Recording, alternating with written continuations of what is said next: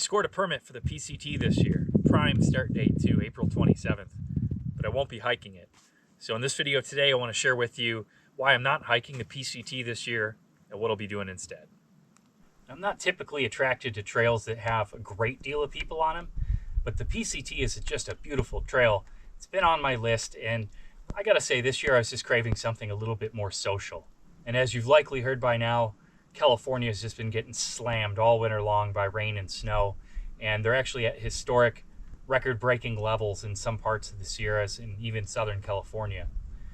And for me at this point in my life, I'm lucky that I have the flexibility in my schedule and in my life where I don't really need to rearrange all that much to be on trail. So it wasn't like 2018 when I sold my house and quit my job and everything to hike the CDT. Nothing was going to stop me that year, not even the snowfall this year. That's not the case for me this year. I've got that flexibility in my life. I've got a van that I can be in full time. I've got plenty of other trails that I want to hike. So I think I'm just going to do the PCT another year when the conditions are a little bit more favorable for optimal enjoyment, in my eyes. And that's really what it boils down to is, are you going to enjoy hiking it this year with those conditions? And, I just want to be clear here. I'm not trying to do any fear mongering at all about, hiking the PCT this year. But ultimately, it's up to you to take a good hard look in the mirror and give yourself an honest assessment of your skills and really just your willingness to tolerate the conditions that you're going to face out there. And for me, one of the big reasons why I would prefer to do it in another year is not just because of the added danger in the snow and then, the added difficulty, but I would just find it more scenic when everything's just not one white sheet of snow.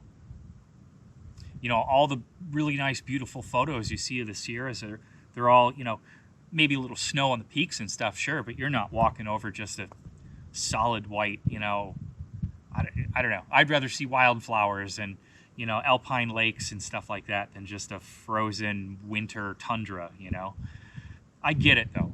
We've all committed so much to doing a hike this year, and people have sacrificed a lot to do it this year. And it's either put up with these conditions or, maybe don't do it at all, because for a lot of people, they've rearranged their lives to give themselves the opportunity to do it. And I totally get that. And I encourage you to hopefully prepare yourself properly if you don't already have the necessary skills, but to go for it, For me personally, I'll just do it another year. All right, so I'm not hiking the PCT this year. What am I doing instead? Well, I thought I'd do Brett Tucker's Mogollon Rim Trail. And I've been living out of my camper van in the winter in the Southwest, in generally Southern Arizona, Southern California, Southern Nevada, the warmest parts of the Southwest. So I'm already here.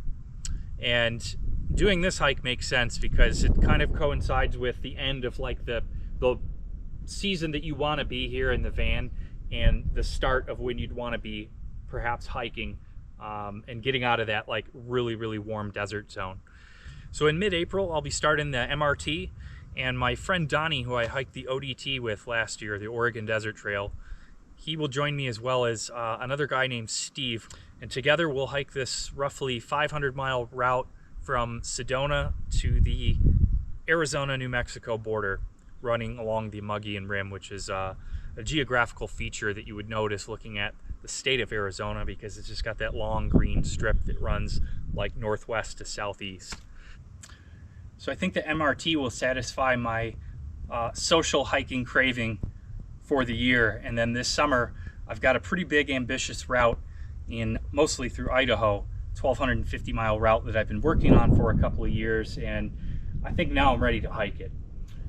So that will satisfy that deep adventure craving that I have, because that's kind of what I've been missing in my life lately, is just that next big goal. Because for me, hikes like the ODT and the MRT are enjoyable hikes, but they've been ground truthed, and you can do them, right?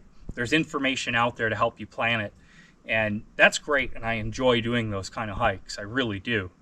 But there's this other part of me that just wants to draw a line on the map in places that I'm interested in and just see what's out there, you know. And for me, that's what this Idaho route is. You know, I'm going to string together a bunch of amazing places that really aren't represented by any other long distance hiking route. And in fact, they're kind of rarely backpacked at all. But you can tell on the map that they're going to be nice just by the way the topographical maps are.